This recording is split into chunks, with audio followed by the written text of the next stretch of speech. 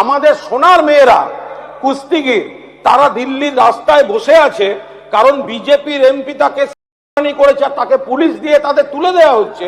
আবার আপনি আবার অবান্তর কথা যাচ্ছেন, আপনি আবার অবান্তর কথা যাচ্ছেন। আমি তো আপনার এখানে কোনো প্রমাণিত হয়নি তাই ধর্ষণ করেছে, আপনি এই কথা বলছেন কেন?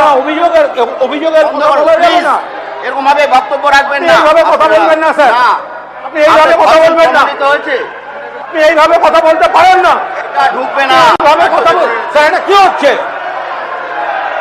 স্যার? আপনিও ফার্স্ট টাইমার, আপনি এইভাবে কথা বলবেন না, আপনি জানেন না।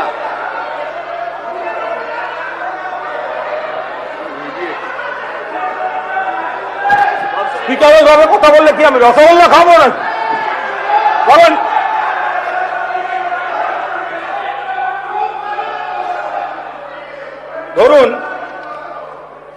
ধরুন স্যার,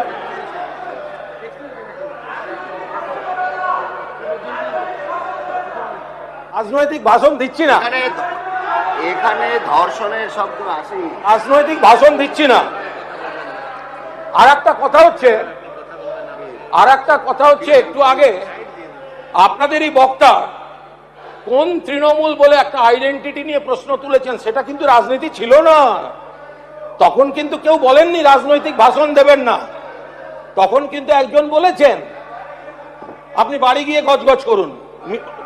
এবার তখন কিন্তু ছিল না। আমি আপনাদের পরিষ্কার বলে দিই যে হ্যাঁ, আপনারা যে স্বচ্ছতার কথা বলেছেন, আপনারা যে দুর্নীতি, অন্যান্য নারী নির্যাতন নিয়ে যে রাজ্যপালের ভাষণে কথা বলেছেন, আমরা আশা করব যে যারা আপনি যখন কোয়েশ্চেন করবেন, আপনার কোর্টে আসুন, এত ইচ্ছা থাকলে কোর্টে আসুন, ডেটে আসুন। আরে কোর্টে আসুন না, কে বারণ করেছে? প্লিজ আরে আসুন না, এত আগ্রহ থাকলে কোর্টে আসুন। আমার বক্তব্য হচ্ছে স্যার, আপনারা যখন এতখানি সততা স্বচ্ছতার কথা বলেছেন, আমরা নানা অভিযোগ ফেস করেছি ইত্যাদি ইত্যাদি, তাহলে আপনার আশীর্বাদে যে শিবির তৈরি হয়েছে, সেখানে যদি কারুর বিরুদ্ধে এনআইএ গিয়ে থাকে, কৃষি জমি দখলের অভিযোগ থাকে, বেআইনি নির্মাণের অভিযোগ থাকে, মার্ডার কেস থাকে, ইডি গিয়ে থাকে, তাদের বিরুদ্ধেও তদন্তটা চলবে তো স্যার? আপনার রাজ্যপালের ভাষণ বলছেন নারী নির্যাতন রুখবেন, দুর্নীতি রুখবেন, আর আপনার অনৈতিকভাবে নিয়োগ করা যাদের সঙ্গে, স্যার এখনো হাতের আঙুলের কালি যায়নি। আমি খারাপ হতে পারি, আমরা হেরে যেতে পারি, কিন্তু আমি বেঈমান নই, আমরা বেঈমান নই। ফলে যা বলছি বুকে চিৎকার করে বলছি, হাতের আঙুল থেকে এখনো কালি যায়নি।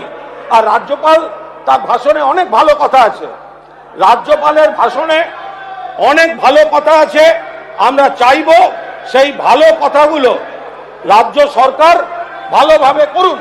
রাজ্যপালের ভাষণে যে ভালো কথাগুলো আছে আমরা চাইব আপনারা সেটা পালন করুন এবং সরকার সেটা কার্যকর করুক, এবং সেই কার্যকর করলে মানুষ যখন উপকার পাবেন তখন তো আমাদের বিরোধিতা করার কিছু থাকবে না। কিন্তু আমরা এটা তো বলতে পারি যে হকার উচ্ছেদ হচ্ছে, দয়া করে রাজ্যপালও যেরকম বলছেন এনক্রোচমেন্ট সরানো উচিত, আমরাও মানছি, লোকের অসুবিধা হয়, কিন্তু যদি সেখানে একটু বিনা নোটিশে বুলডোজার না পাঠিয়ে, যদিও মাননীয় মুখ্যমন্ত্রী সেদিনকে ভালোভাবে রেসপন্ড করলেন বিষয়টায়, একটু নোটিশ দিয়ে বা জনপ্রতিনিধিদের একটু ইনভলভ করে একটা বিকল্প ব্যবস্থা করিয়ে কিছু করা যায়, তো সেক্ষেত্রে এই জিনিসগুলো ভালো হতে পারে। এছাড়া ধরুন মানুষের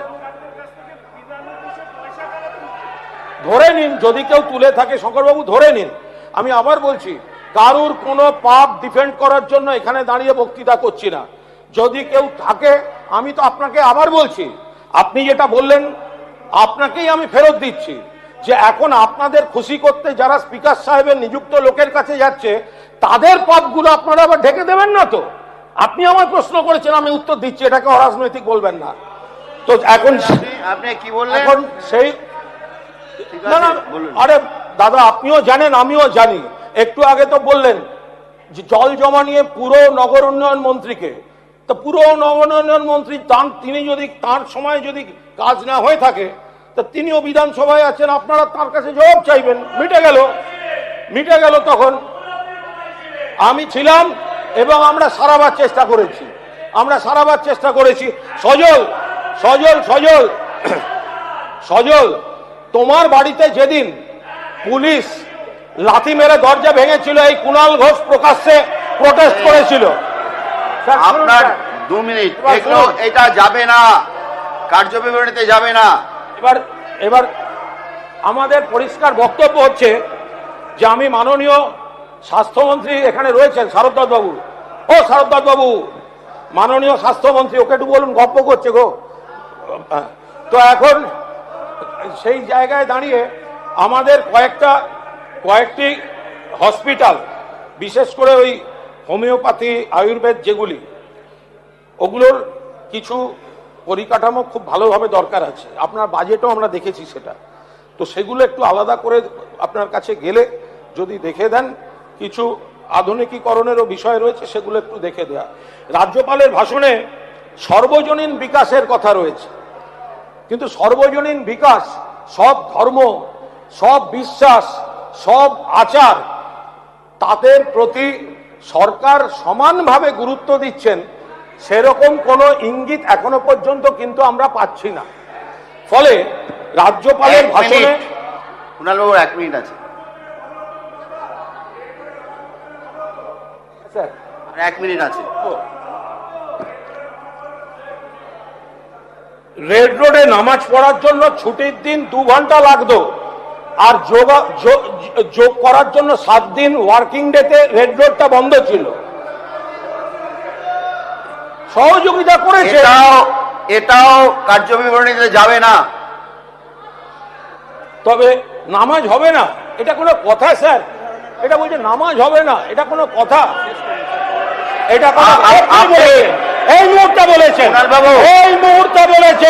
আমাদের মন্ত্রী বলেছেন, এটা কোনো কথা হচ্ছে? আপনি প্লিজ, এটা কোনো কথা হচ্ছে?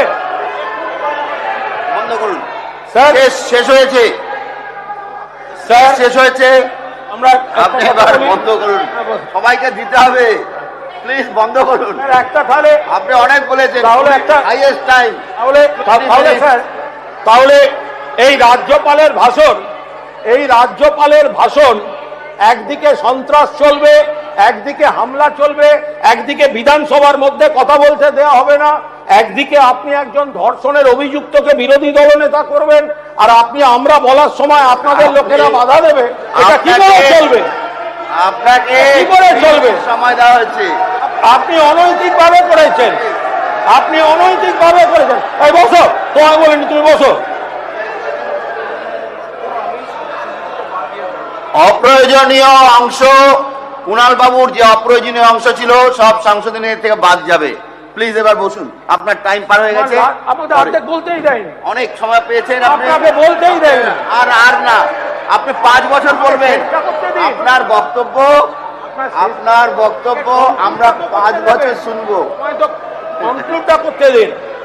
এখন এখানে যে এখনো যে 5 বছর শুনবো। উন্নয়নমূলক বক্তব্যগুলো রাজ্যপালের ভাষণে আছে, সেগুলোকে পূর্ণ সমর্থন করে এবং আমরা যে সংশোধনী প্রস্তাবগুলো দিয়েছি সেগুলোকে গৃহীত করার অনুরোধ জানিয়ে, এবং আপনারা আগামী দিনেও বিধানসভার ভেতরে এবং বাইরে আমাকে সমানভাবে ভয় পেয়ে গুরুত্ব দিয়ে চলুন, এই অনুরোধ করে আমার বক্তব্য শেষ করছি।